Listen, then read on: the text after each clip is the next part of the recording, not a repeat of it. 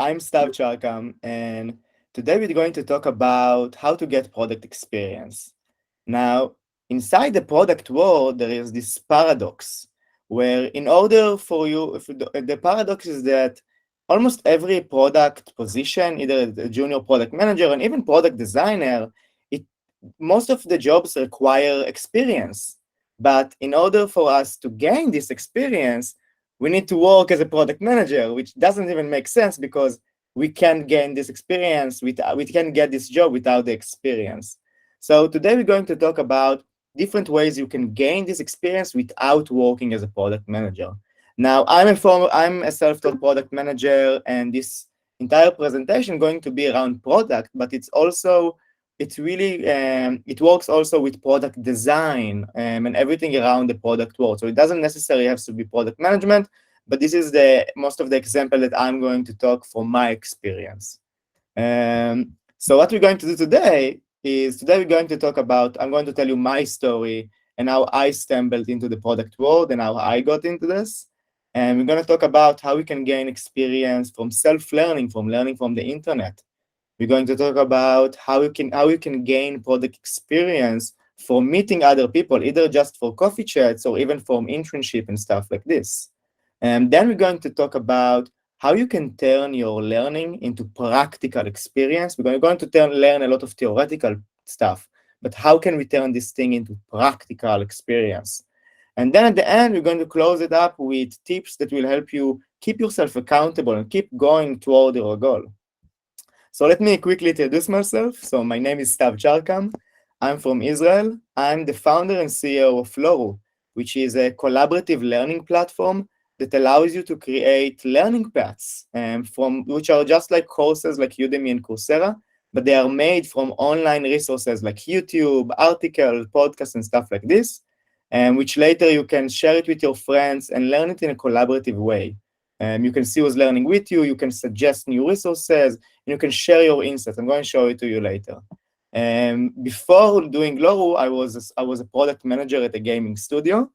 I'm also an expert. I'm a self-taught product manager, so I didn't have any experience or a degree or something like this. I learned everything by myself.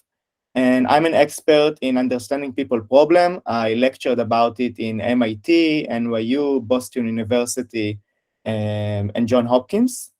And I also have severe ADHD, which means that I have a very, very hard time sitting in a classroom, listening to teacher, which means that I don't have any degree. I never went to university or higher education. So this is a bit about me. And I want to start by talking about my journey and how I came into product management. So my first role in the industry, my first job was, I was a project manager in a small startup that helped make public places accessible to blind people. It was a very cool thing. And while working there, I got a chance to talk to a lot of blind people, a lot of our users. And by talking to them, I found a lot of problems in our product. So I went back to our CTO and we talked about the problems and we fixed a few things. And by fixing those things, I saw in my own eyes how it improved those blind people's lives.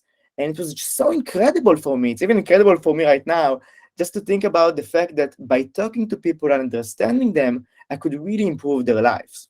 And I decided this is what I want to do with my life. And later I found out it's called product management. But when I decided to pursue this thing, I hit a wall.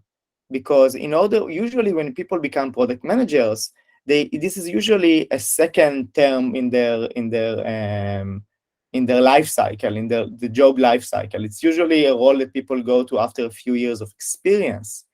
And back then, I was only 8 months in the industry, which is like baby steps in those terms. So I took a step back and I asked myself, what is the minimum experience I need to have in order to have viable impact on the product I'm going to work on? So what's the minimum thing I need to learn? What's the minimum product experience I need to have in order to actually provide value when I'm working on products? So I came up with this plan where I'm gonna learn like hell, learn online, everything I can. I really like to meet people and learn from people. So I knew I wanted to meet with as many people as I can. And I decided I want to do internship in a few types of company. a few types of companies so I could get a well-rounded product experience. And I knew that at the end of the day, I will also have to build a product by myself, because I always know that I wanted to be an entrepreneur. So building something by myself was a given to me. So what I did is that I started by learning a very basic course on Udemy about product management, and then I just learned everything I could from the internet. And after that, I started meeting with as many people as I can. I met dozens of product leaders, and I went to a lot of meetups. And then I found my first internship. So my first internship was in a B2B company, which means it's a business, it's a company that sells to other businesses. I interned there for a few months, and then I went and I interned in another company, was a B2C company, which is a company that sells to consumer like Facebook or Instagram and stuff like this. And by the end of my second internship, COVID started. And back then, I used to date this girl from New York, and we got stuck in a long distance relationship for a few months. And so what I did is that I quitted my second internship, and I took my back then girlfriend, and we built the product together. I took everything I learned during this year and a half, and I made it into an actual product, took everything into practice. And after building this product, I started a very long 4-month journey of finding my first job. And I ended up working in a gaming studio in London for a year and a half until I founded Loru, which is what I'm doing today. And so this is my journey, and I want to focus today. I want us to focus about this area, this entire area of learning online, meeting with people, doing internship, and building products by ourselves. So before that, I want to talk about why learning product is so damn hard. Because it's really, really hard to learn product management. It's one of the hardest jobs to learn. And the reason for it, the first thing is that it's overwhelming. There is so much content on the online about product management. If you're gonna go to Google right now and write up how to become a product manager, you're gonna get overwhelmed, bombarded with so much information. And also, some of it might also be contradicting, which is very hard to people who are just starting. The second reason why learning product is so hard is because every product manager is different. So a lot of companies see product management quite differently. And for example, being a product manager in a big company or organization like Facebook is a completely different role than being a product manager at a startup, for example. And the last reason that I see why product management is so hard, that I think is the hardest reason, is that it's really not practical. Everything we learn about product it's very hard to practice it. So for example, if we want to become software developers and we want to learn how to code, it's very easy to practice it. We write the code. It either work or it doesn't. But how the hell can you practice prioritization or leadership or making sure your team is aligned? It's very hard to practice it. And by the way, remember when you talk about the paradox of having your first role, you need to have experience for it. And I think the reason for it is that the only way companies can know that you actually know what you're doing, that you actually practice product management in real life, is by doing it, because that's the only way to actually practice product management. So I want to talk with you about how we can pass this thing, how we can actually learn and make it into a structured process about getting this experience. So the first thing is online learning. Now, the first thing that you should do when you learn online is not just go and start researching and learning everything you can. I suggest what I did, I'm going to speak from my experience. What I did is that I found a very basic course. So I went to Udemy and I just bought the best-selling course. It was very cheap at the time. And the reason I learned this course is that because I wanted to have a basic knowledge. We need to have a base for understanding about product management. So by learning one course, we can suddenly have a common language with people we talk to. We can meet people, we can talk about product management. After you learn this course, after you learn the basic terms of product management, then you can suddenly understand what are the things that are missing for you. So what I did is that after learning, I suddenly understood that like I know nothing about data, and I don't know nothing about how to make like the thing structure or aligning people. So I started to learn about this. So the process about online learning that I suggest, I'm going to repeat it because a few people join, is starting with a very basic course, and then moving on into focusing on the specific resources you learn. Now, if you want to scan the QR code here, I gathered all of the resources that I use when I started learning product management. So I'm going to give you a few seconds to do it later. But when you're going to scan this thing, it's going to take you into Loru. And it's going to give you like a joining area where you could join this learning hub. So in Loru, the way Loru works is that everyone can create free learning spaces, free learning hubs where you can create learning paths. Like this is just courses like Udemy and Coursera, but they are made from online resources. So when you join the learning hub through the QR code that I will show you second, you're going to go to this learning path, which is Introduction to Product Management. It's completely free. By the way, this is the whole concept of Loru. Everything is free. The learning paths are free. The resources are free. There is no other course I'm trying to sell you later or something. This is just a free resources we're sharing online, because this is the whole point of Loru.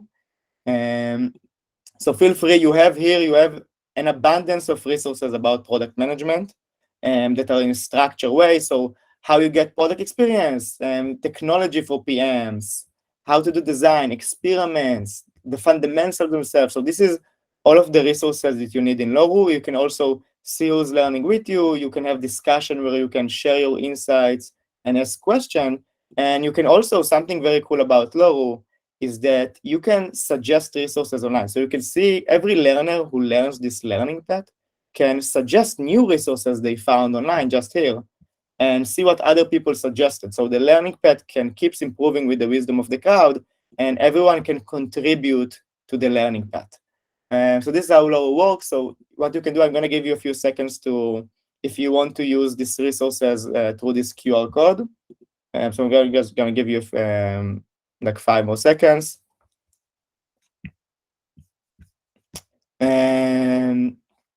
Okay, by the way, if you can ask, I can also send it to you. So I want us to move forward. So the second way we can gain product experience is by meeting with people. And by meeting this part, I mean by meeting for a coffee chat. This could be like sitting for a coffee for like 30 minutes or an hour with someone. And we have a few goals when we do those things. So the first goal is to expand our network, because we need to remember that 80% of jobs are created by networking. So it's crucial for us that we expand our network and we have a robust network to gain our first job, which is a very hard task. The second reason we want to meet with as many people as we can is because we want to learn the craft. We want to get a well-rounded experience, a well-rounded knowledge about what is product management. And because it's very different, because it's vary and differentiate between role to role, it's important to meet as many people as we can. Now, a really cool thing about meeting with other people is that you can get those people to connect you to more people. So one of the goals is to get those people to expand your network even further and get you to people that you wouldn't be able to have the chance to do it. And the fourth goal is, you have a potential to, while meeting people, if you have like a really good connection with them, you have a potential to get a job or an internship or a mentorship from it. And I believe me, because it happened to me twice, that I met people and we had like a really good connection, and I got 2 jobs out of these things. So keep going, keep meeting people, and you really have a chance to get those things if you really connected with people. Now, when I come to those meetings, I like to come prepared with a few questions. So I had this list of questions that I would always use, and then I would personalize it to whoever I was meeting. So you can screenshot those questions. And like, this is what I used when I met with people. So the question I used to ask people is, first of all, how did you got into product management? Because you have so many ways to go into product management, and it's very nice to hear it from a lot of people, and then you can even identify ways that might be suitable for you. So this is a really great question. The second one is, how would you describe the role of a product manager?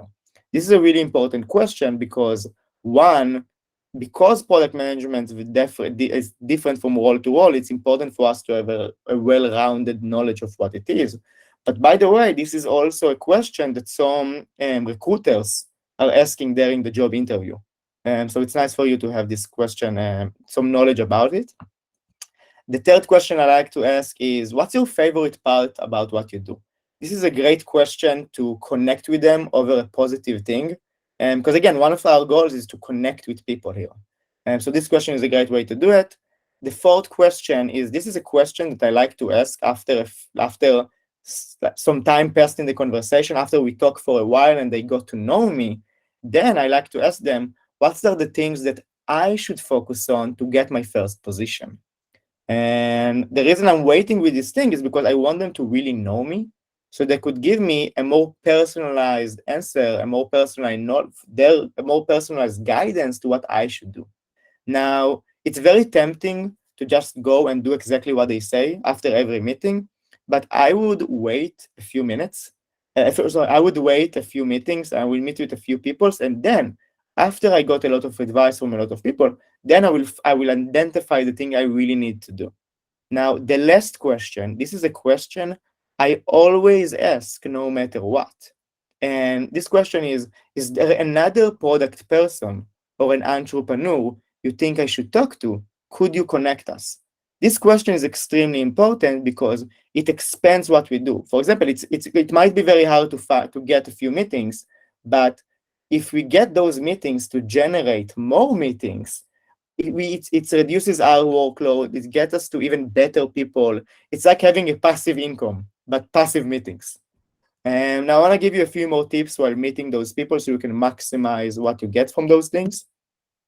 So the first thing is write down the insight they give you. So you could either use a notebook or a laptop or something like this and write down the insight they give you there in the conversation. But remember, this is a conversation, not an interview. You need to be present here. The second thing is that what I did that was very helpful for me. I kept a spreadsheet with everyone I met, with the insight they gave me, the action item that came from this meeting, and when was the last time I talked to them. And then once a month or something like this, I used to go over this list and update the people of what's going on with me. And so this is, by the way, this trick of updating people or keeping a spreadsheet and updating people, this is something that startup founders are using with investors and that help them get more funded and strengthening the relationship with them. So this is a tip I really advise you to do. Third thing is always, always, always ask for more connection. Ask people to connect you to other people. Now, there is one thing that I really like to do before meeting is I like to go to either Medium or their LinkedIn page and find out some things that they wrote, some articles that they wrote. And a lot of product managers, we like to talk a lot. We really like to write articles. So read some of those. And then you can have more personalized question there. And it can even help you when you try to contact people. You can always send them a message, hey, I read your article about blank. I really like this part about this, and this. Would you like to sit for a coffee chat with me? I would love to get your insights and some knowledge from your experience. Two more tips to maximize your meetings with people is to personalize the question. Don't just take those questions and just go like this. You can also personalize them for the people you meet. And the last thing is that I always like to send a thank you message at the end of every meeting that I'm having. I found it to be very, very helpful. For me, I also like to pay for the coffee, but this is also a culture thing, so I don't know what's fit for who. But it's what I like to do. Now, I want to talk with you about right now on shadowing experienced people. Those are, for example, internship. Because, for example, if you are able to be in the same room with a product manager and see how they are actually doing product manager in a real life scenarios, this is much more practical experience than just reading articles or watching videos or meeting with people for coffee. But in order for you to get to a place where you can be with a product manager in the same room or doing an internship, you have to know the basic of product management so you will be able to provide value, because you need to provide value in those scenarios. So this is more of an advanced step into getting your experience. And I'm going to give you a few tips that I wish I had when I did my internships. So the first thing is that a good company to internet is big enough to be able to spare a senior PM to mentor you. So you need a company, it can't be a small startup, you need to be big enough so they will have a few product managers so that one of them will be able to walk with you hand by hand, show you what you need to do, teach you a few things, make sure you actually know what you're doing. And another thing is that a good company should have a strong product team. Now, when we just start, we don't know how to identify good product teams. But if we go back to the step of meeting people for coffee, this is a great chance to ask those people, hey, what do you think about this company? Or do you know any good companies I should internet? Use the experience of those people to identify the strong product teams. Now, I want to leave you another tip that I really wish I did, and I didn't, I really wish I did it, was before you start an internship or shadowing someone, have a clear list of everything you think you're going to learn or you should learn and what you need to do. And then as you move forward with the internship, with the shadowing, you can write down everything that you learn. You can document your journey. Always, always, always document your journey because this is our portfolio. And I'm going to talk about it more in a few minutes. But for product manager, this is our portfolio. So for example, for designers, they have their Binance, they have all the website they design. For developers, for programmers, they have their GitHub with all the things that they programmed. But for product managers, our portfolio is products that we worked on and the impact that we made on those. And the only way to really show it is just writing stuff on LinkedIn, document your journey and post about it. I really, really advise you to do it. Now, both meeting people for coffee and internship and all of those things require us to contact a lot of people. So I'm going to give you a tip on how to write the right message when you try to contact someone. So the first thing is need to be direct. It needs to be direct and concise, which means it needs to be short and straight to the point. And because we don't want to waste people's time. People don't have time to read long messages. Second thing is need to be personal. By the way, I'm going to answer all of the questions. In the end of the lecture, we're going to have a Q&A, so I'm going to answer all of the questions afterwards. And so I'm going to come back. So the second tip is that the message needs to be personalized. And the last tip is that when you're experienced in the industry, you're starting to get a lot of messages on LinkedIn, which means that if we coming and we send someone a message, we want it to be innovative. We want it to pop out in their eyes. Now, I'm going to show you an innovative message that I wrote when I looked for my first internship. Now, I have to mention that it's not personalized. It wasn't a personalized message, but it worked really, really well. So before I started my journey, I served in the Navy for a few years. So when I looked for my first internship, I wrote a poem. I wrote a song to recruiters and product managers. And what I said is that the song was, for example, roses are red, I served on a ship. If you'll accept my connection, I explain why I fit for an internship. And it worked amazing. The conversion was incredible. Now, you don't need to copy this, obviously. You need to make something of your own, but this is an example that can steer your mind into how innovative stuff can be and what kind of things you can do. And by the way, the entire thank you.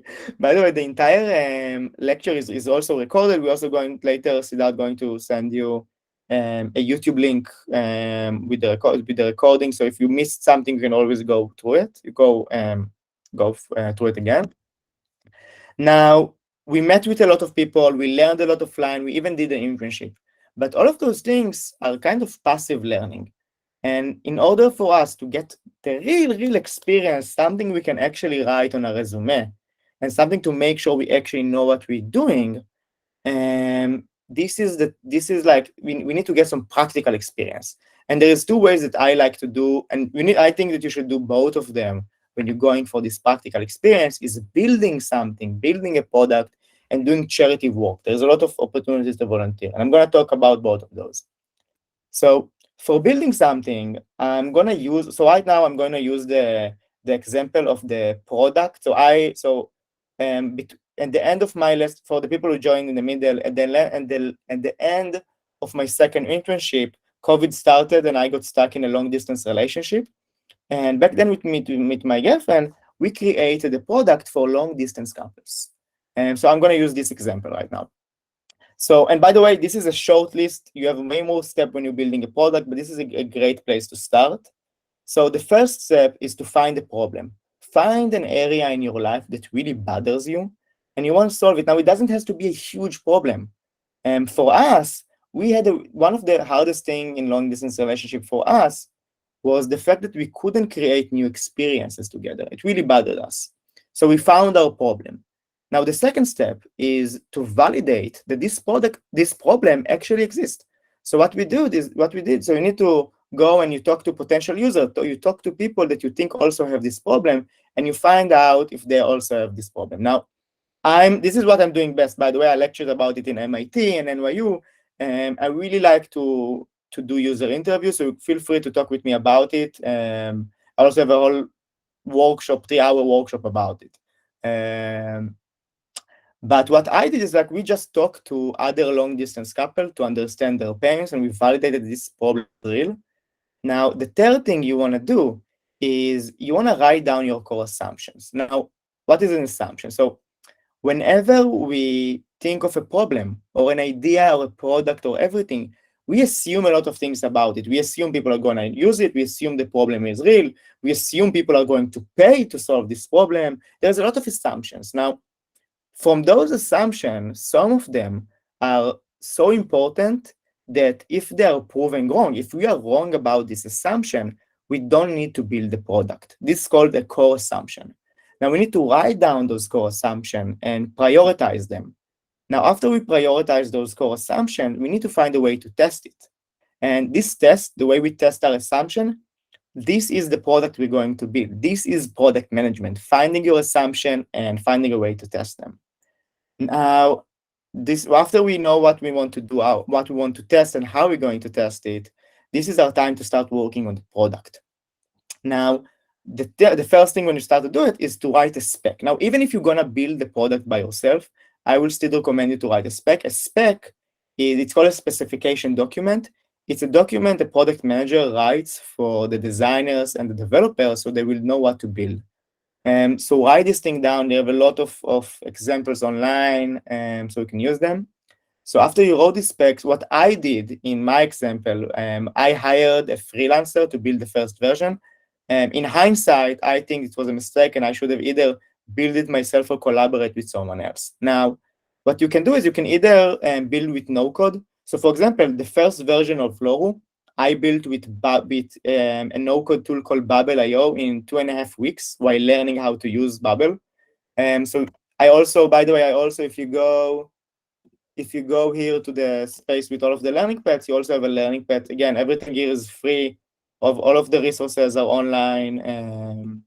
So you can feel free to use it to build your product by yourself. But I actually want to advise you not to even do this and to do something else. What I think you should do is to find a developer, a starting developer who also want to add things to their portfolio and collaborate with them on building this product, on building the first version. Now, the reason why collaborating with people might be so great is because it's allow you to also practice your soft skill, your communication skills, your prioritization with other people. It's allow you to play the product manager while the developer is playing the developer. So it's a really great way to really practice more of the role of product management and what you learn. Now, after you build the first version, you have more steps like usability testing and testing your designs. By the way, you can also collaborate with designers. So you could be like an actual product team of a designer, a developer, and a product manager. After you build the first version, it's time to test it on live users and just keep working on this. Who knows, maybe you will build something really cool and you can actually make some money out of it. So now I'm going to give you a few tips while building your products from things that I got from my experience. So the first thing is that there is way more steps. So you know this? You saw this? There's way more steps to this, but I should advise you just start and you're going to learn as you go. You're going to see the stuff you need to do and you're going to learn as you go. This is a process, a learning process. The second thing, and this is really, really important and crucial, document your journey. Document every single thing you do there, summarize it, and post about it on LinkedIn. Again, this is your portfolio. Developers are the GitHubs, designers are the Binance, us product managers, we have LinkedIn articles. This is what we do. This is our portfolio. And if you go back to my profile on LinkedIn, if you go way back, you can see that I posted about my journey, and you can like even posted about like the entire journey of building this first product. And I want to give you a few tips. I want to stay on this tip a bit more because when I looked for my first position in product management, I submitted a lot of resume to a lot of company and no one came back to me. And the only company that came back to me, he called me. And the first thing he told me on my phone was, by the way, the first thing I want to say is that you don't have enough experience for this role, but I saw the product you built with your girlfriend and I really like it. I want to ask you a few questions. And then we talked about how we prioritize and like how we measure our success and all of those things. But like it's the products that really steals like the recruiters and the product managers' mind when they see you. Now, the last tip, and it's also a really important one, is don't be afraid to start over. Because you're gonna go in, and by the way, it's gonna happen to you a lot. You're gonna go in and we're gonna write down our assumption, we're gonna test it, and we're going to fail. The assumption is wrong, and it's great. And the reason why it's great is because this is an opportunity for us to learn. So for example, let's say that we build a product, we tested it, and we found out our assumption is wrong and there is no reason to build the product.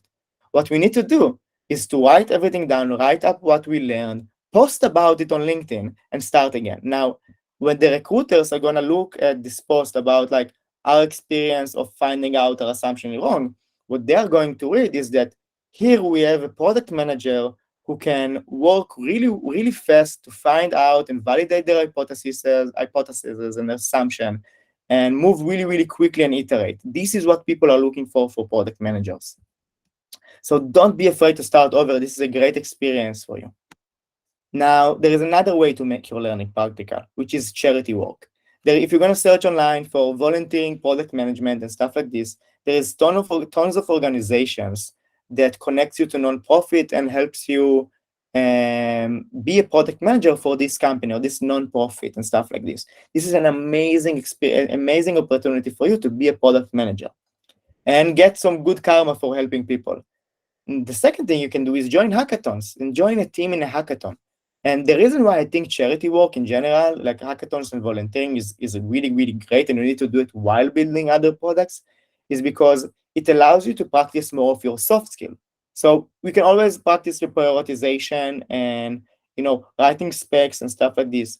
But like while being in a team, this is our only chance to practice our leadership skills and communication and aligning people together. So this is a great thing. Again, document everything that you do and post about it.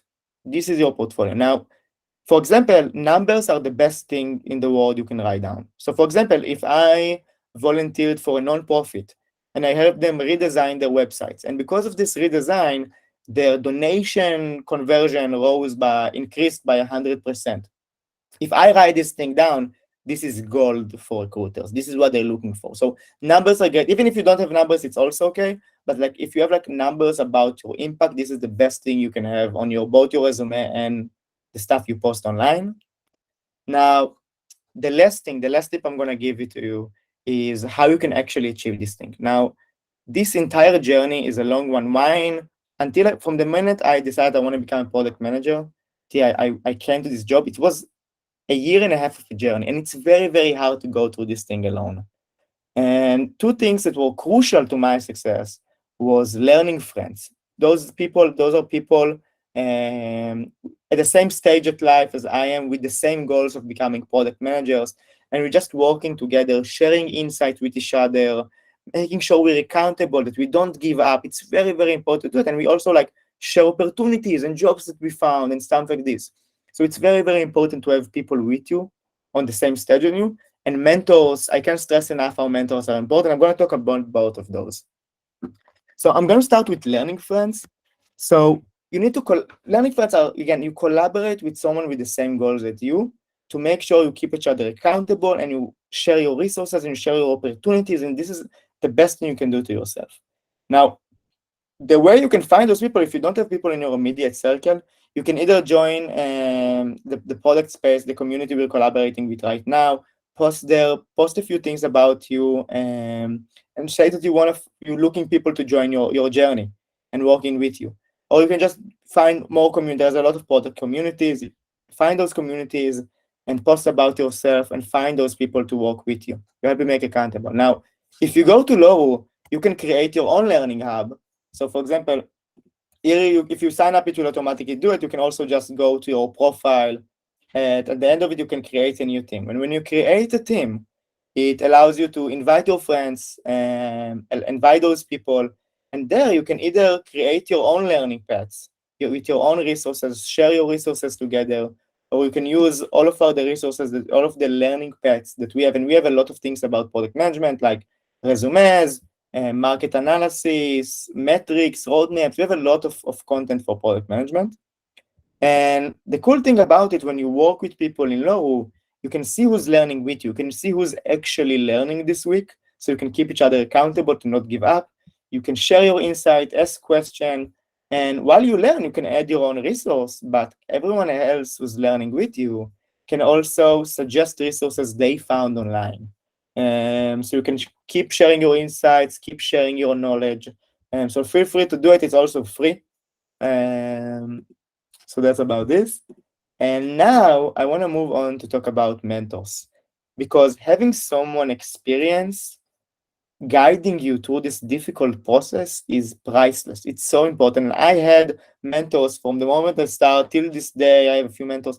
It's so important. Now, the way you if you don't already have a mentor, there's a few ways to get mentors. And remember when a few, like 15 minutes ago, when we talked about meeting people for coffee, this is an amazing way for you to find mentors, because if you have a really good connection with someone, you can ask them to meet with them the next month, and you can follow with the action item that they give you. You can follow what the advice they gave you, and like meet with them again. And then you can be very straightforward, be like, hey, I think your insights are amazing. I think you're so valuable, and like your insight so far was amazing. I wanted to know if there is a chance we can meet once a month and you can be my mentor. And you'll be amazed how helpful people can be. Like I'm every week I'm mentoring 2 people, and like this industry is amazing. And the reason why this industry is amazing is because a lot of people are happy to work. Like for example, I met Sidar, the person I'm doing this, like the ADP list. Most of you came from ADP list. This is an example to how beautiful this industry is, where everyone are happy to help and give from their time, because everyone used help. Everyone you see on like right now, nobody succeeded without any mentor and stuff like this. And so don't be afraid to either find people you meet, go to ADP list, or even post online in groups like the product space group. Post about yourself and say that you're looking for a mentor. And this is really crucial, really advise you to do it. Now, this was this for me. I really thank you for all the time you gave me, and I hope you gained some insight out of it. Now, we're going to have a Q&A right now. I'm going to answer the question. In the meantime, you can also add me on LinkedIn. My name is Stav Charkham, and you can either send me an email or a WhatsApp message. And if you want, I'm also a mentor on ADP list. I would love to help you or advise you anywhere I can. So feel free to share this thing. So I'm gonna keep it on for a few minutes, for a few seconds. And that's about it. Feel free to send some messages, ask some question in the chat, and we're gonna answer them in a bit. Stav, like already there is a question from. So these are great tips. I'm curious to know your point of view. How would you personally describe a strong product team? Okay, so a strong product team, this is a good question. You know why it's a good question? Because I still to this day, and I'm on almost 3 years experience, I still, whenever I look at teams, I also ask my mentors about what they think about this company. And so what I do, the way I identify a strong product team is, first of all, I look at the product. Is this company is really focused about product? For example, I can give you a good example for an amazing product company is Notion. You can see that in Notion, they really focus. Everything they focus about is the product and the community. This is an amazing example. Now, the first thing you need to look at is who's managing this team, who's managing this product team, who's the VP of product, and what they did before, what's their experience, what the product they worked on. And then you go bit by bit. You see who's the people who are working there. And when you just start, it's very hard to identify and to differentiate between good and bad, mediocre and bad. So this is what I did. I usually look from top down at who's managing them, those things. I can give you an example to what, when you work there, you understand, but like a mediocre product team is one where usually the CEO dictates the product and like everybody just following what is said. This is an example for a bad product team.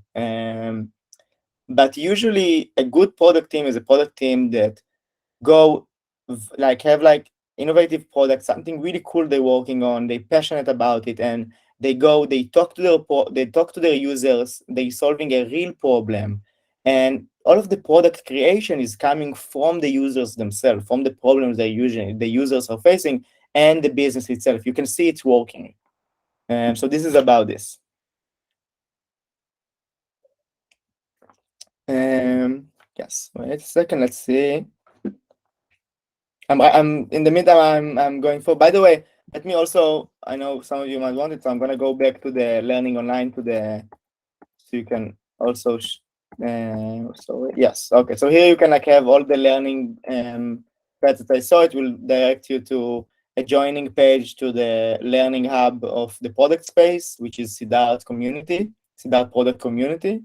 And feel free, it's completely free to do it. And now in the meantime, I'm going to read the questions and see what's going on. Okay.